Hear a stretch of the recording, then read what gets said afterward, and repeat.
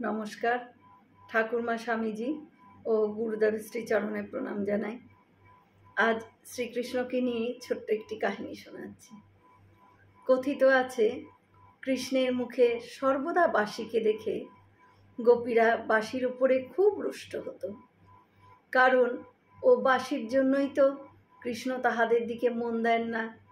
সেই জন্য সকলে মিলিয়া একদিন স্থির করলেন, বাঁশিটিকে কোনোভাবে হোক চুরি করিতেই হইবে এবং উহাকে ভাঙিয়াও ফেলিতে হইবে, যাহাতে কৃষ্ণ আর কোনো দিন বাঁশিটি ব্যবহার করতে না পারেন।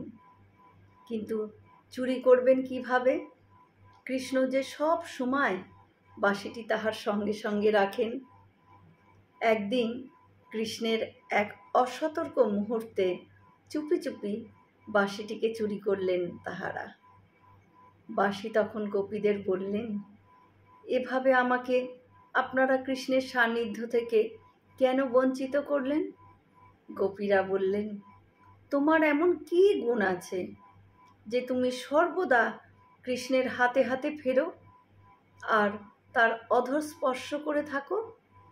বাঁশি বলল, গুণের কথা ছেড়েই দিন, আমার তো কোনো অস্তিত্বই নেই, কারণ আমার ভেতরে যে শ্বাস ছিল তা তো বের করে ফেলা হয়েছে। ফলে আমার নিজস্ব কোনো সত্তাই এখন আর নেই। আমার গোটা শরীরটাই তো ফোপড়া ফাঁপা, সুতরাং আমার অস্তিত্ব বলে আর কিছুই নেই। আমার যা কিছু ছিল সবই তার। আমার নিজের কোনো সুর নেই, কোনো তানও নেই। কানাইয়ের সুর, কানাইয়ার তানই আমার সুর, আমার তান। তিনি যেভাবে আমাকে বাজান আমি ঠিক সেভাবেই বাজি। শরণাগতকে তিনি কখনোই পরিত্যাগ করেন না। আমার সর্বস্ব তাকে অর্পণ করে আমি তার আশ্রয় নিয়েছি, তাই তিনি আমাকে তার অধরে রাখেন। আমি শুধু তার হাতের যন্ত্র মাত্র। আমি যে অহংশূন্য। গোপীরা বুঝিলেন, যখন কেউ বাঁশির মতো নিজের সর্বস্ব তাহাকে সমর্পণ করিয়া নিজেকে সম্পূর্ণরূপে অহংশূন্য করিতে পারে, তিনিই যে কৃষ্ণের হাতের বাঁশি হইবার যোগ্য হয়।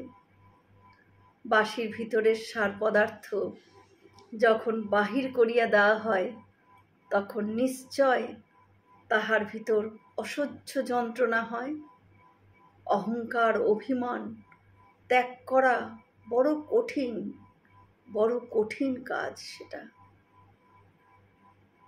কিন্তু যদি নির্মমভাবে নিজেকে অহংশূন্য করা যায়, তখনই আমরা তাহার হাতের যন্ত্র হইতে পারি।